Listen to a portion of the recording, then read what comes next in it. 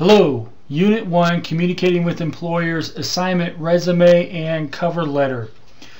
During Week 3, we will review this assignment very carefully, but I thought I would give you some notes on it now. And we're going to take a look at Chapter 15 again in more detail during class. And so any questions that you have about how to build your resume assignment with cover letter for your first assignment, which is due, as you can see, on February 16th, you'll want to make sure that you bring those questions to class. Taking a look at page 426 to begin with in the book, and while you flip there, you might check out this checklist that's there, the writer's checklist. There are some very good things in there. I'm going to read them and talk about them a little bit. Does the resume have a professional appearance with generous margins, a symmetrical layout, adequate white space, and effective indentation? Please go with 1-inch margins as much as you can. Keep it to one single page. In the event that you have more content, then go ahead and go with multiple pages. Some of us do. You can think in terms of a curriculum vitae rather than a resume with just one page. But fill up the page, whatever you do. Don't have a page and a half. Don't have 2.5 pages. Have 2 full pages or 3 full pages if need be. But I would probably stick to 1 full page for your resume and 1 full page for your cover letter if possible. Look at some sort of formatting. There are a number of good examples in the book, a number that are online. We looked at resumes that are not good for different formatting and design reasons online. So you want to avoid those types of things. Make sure your name in particular is bolded and bigger. Use a consistent font, something that maybe is a sans serif, which means it has curves to it. Back to the writer's checklist on page 426. Does a resume meet the needs of its readers? Page 396 talks about that. I'm going to be looking very closely at that. You might compose a resume that would be your resume when you graduate. So you're not graduated yet, so think about what your degree will be like. You can make up what you think your GPA will be, things like that. But think about a resume that would be useful for you in your next major job, whatever promotion that might be if you're in an existing job now, or whatever job that you want to get after you graduate or move to your next level. So think about a real audience, a real person that you will be writing to, or the human resource office in a real company. I want a real address that you need to look up and include in your cover letter. A letter is a professional letter, like a business letter that you write, which will have 2 addresses, yours as well as the company's. Is the resume honest? Now, you want to be realistic about the things that you intend to accomplish between now and when your resume is ready to go. But if you falsify a resume, you can be terminated at any point. So you don't want to do that. Plus, you'll be unhappy because you'll be either underqualified or overqualified for a position. And so the idea is to have a good match between you and the company in which you're applying for. Is the resume free of errors? If you have a grammatical mistake in your resume, you will not get an A on the assignment. For most resumes, as we talked about during week 2, for most resumes, you will not even get an interview if there's a grammatical mistake in it, because it just says you have not spent the kind of time necessary to make sure that it is error-free. And there are probably 100 other people who have error-free documents. So resumes that have grammatical and maybe even stylistic problems will not receive an A. Does the identifying information contain your name, addresses, phone numbers, email addresses, things of that nature? I would include 1 phone number, 1 email address. Make sure it's a professional email address.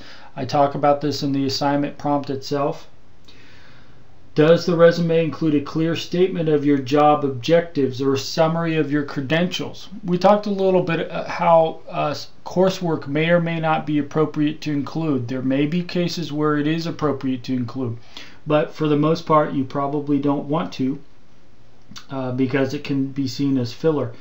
But you do want a clear statement of your job objectives stated up front. Look for examples of that around page 400 in the book. Does the education section include your degree, your institution, and its location? With location, make sure you include the city and abbreviate TX for Texas or what have you. Your anticipated date of graduation, you can go ahead and do as an anticipated date, or you can write it as if you have graduated, and this resume would then be good when you graduate. What other information might be useful for your readers to appreciate your qualifications? You have to think very carefully about the job to which you are applying, which should be stated very concisely in your cover letter, in one of your paragraphs of your cover letter. I talk about coming up with maybe a 4-paragraph format for your cover letter. The first would include an introduction with the job and where you saw the job ad, which is sometimes very important, and a somewhat assertive comment about how you were qualified for the job. You don't want to overdo that, but a somewhat assertive comment or moderately assertive comment.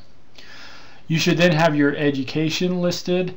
Sometimes it's more relevant to have your experience if you have more recently had job experience rather than education, but in your case I think your education is probably the most, for most of us, will be the most significant thing.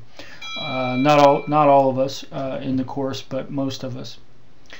Your experience then should include relevant employment demonstrating leadership, achievement, maturity, and responsibility. You want to make sure that you can demonstrate those things in either your education or your employment.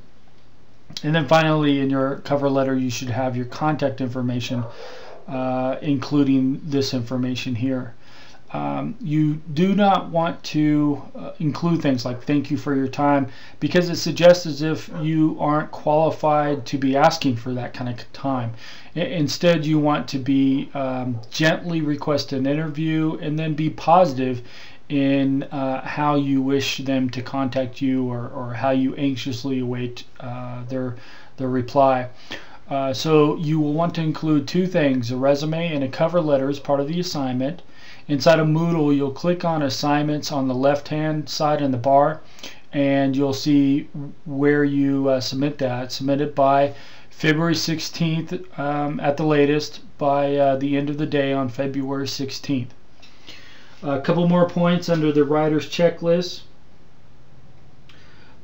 You should have an interest and activities section, which include relevant activities and things that will support your work very specifically.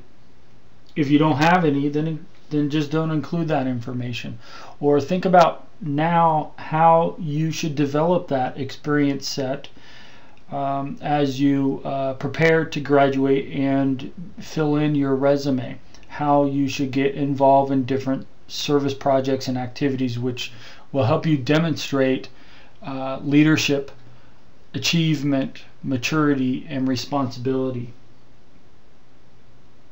Does the references section include the names, job titles, organizations, and contacts in your references? Be consistent in how you do that. Email and phone is probably better than mailing addresses for references.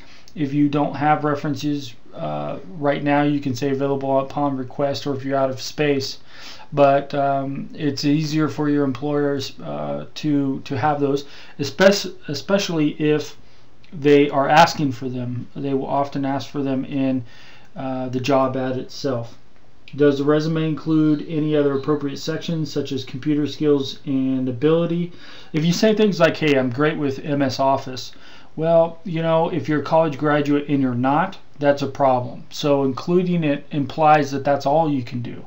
So you'll want to be very careful about how you phrase computer skills especially. Think about language skills, specific honors, scholarship you've had that demonstrate your perseverance and, again, leadership, achievement, maturity, responsibility.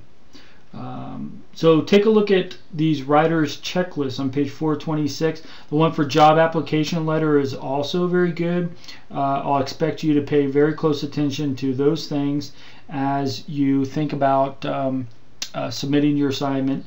Does the letter meet your reader's needs? Is it honest? Does it look professional? Does it have an introductory paragraph that identifies the source of information, where you found the job ad? Does the education paragraph respond to your reader's need? And so on and so forth. So you'll want to pay very close attention to those. I will be assessing this based upon the guidelines that are available in your syllabus, the assessment guidelines there, the assessment guide, and I'll offer as much notes as I can. I am not available for you to revise it for credit, but if you do want to revise it, I would be happy to review it and help you improve it. But you'll want to submit it by February 16th, and I do not accept late work without prior approval. If somebody dies, for instance, and you need to take care of some business, there are certainly things that are acceptable why work must be submitted late, but I don't accept late work without prior approval. And so you don't want to earn a 0 on this assignment submitting it late. If you have any questions, please feel free to email me.